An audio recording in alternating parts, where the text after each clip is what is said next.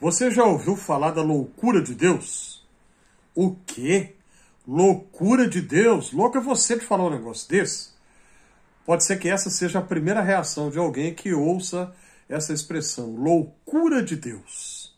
Mas a Bíblia fala disso. Este é o tema que eu quero apresentar hoje aqui no Fé e Café, o meu canal aqui no YouTube, no qual eu comento a respeito da Bíblia e da vida em geral.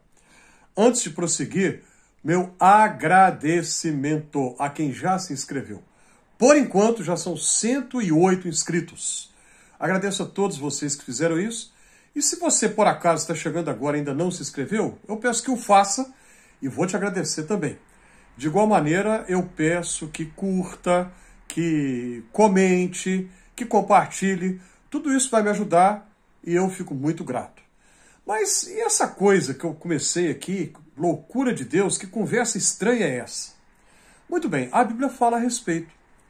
Nós estamos na Quaresma, tempo de preparação para a comemoração, celebração adequada dos acontecimentos da paixão, morte e ressurreição de Jesus. E aí eu quero comentar aqui a respeito de uma passagem do Novo Testamento, primeira epístola de Paulo aos Coríntios, capítulo 1. Paulo refletindo sobre o significado da morte de Jesus na cruz. O que isso significa, afinal? O que isso representa? Quais são as implicações da morte de Jesus na cruz? Aí ele falou algumas palavras que podem parecer estranhas, mas olha só o que Paulo diz. Capítulo 1, então, versículo 18, ele diz: certamente a palavra da cruz é loucura para os que se perdem, mas para nós que somos salvos é o poder de Deus. Você vai ver aqui que nesse trecho, Paulo repete a palavra loucura várias vezes. Depois ele vai dizer assim: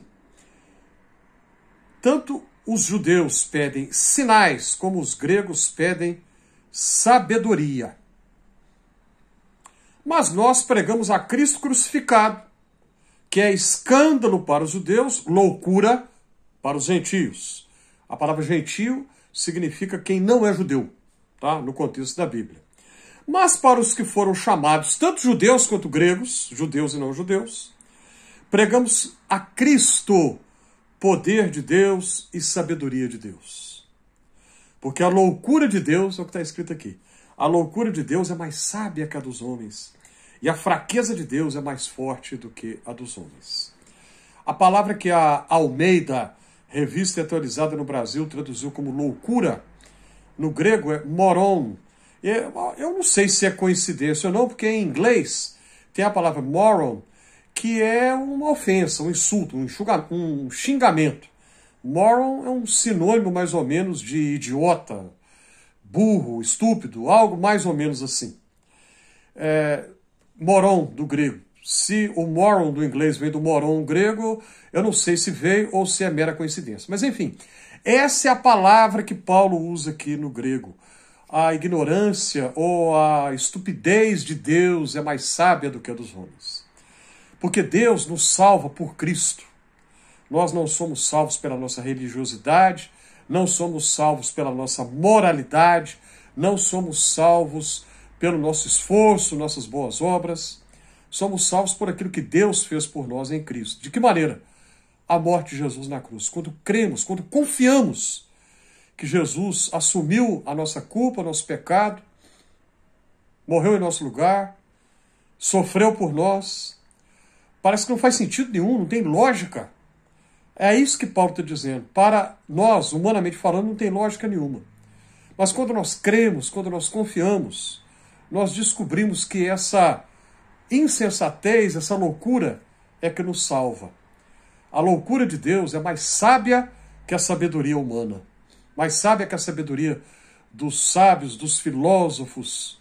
É mais sábia do que o conhecimento humano. Deus nos salva através daquilo que para nós não tem lógica nenhuma. Deus nos salva através daquilo que para nós é um absurdo, um escândalo. Mas se você confia em Deus, naquilo que Ele fez por nós na pessoa de Jesus, no sacrifício de Jesus por nós, aí nós encontramos a salvação. Salvação do quê? De nós mesmos. Do nosso orgulho, da nossa maldade, do nosso egoísmo. Ele nos salva de nós mesmos por aquilo que Jesus fez por nós. Pense nisso.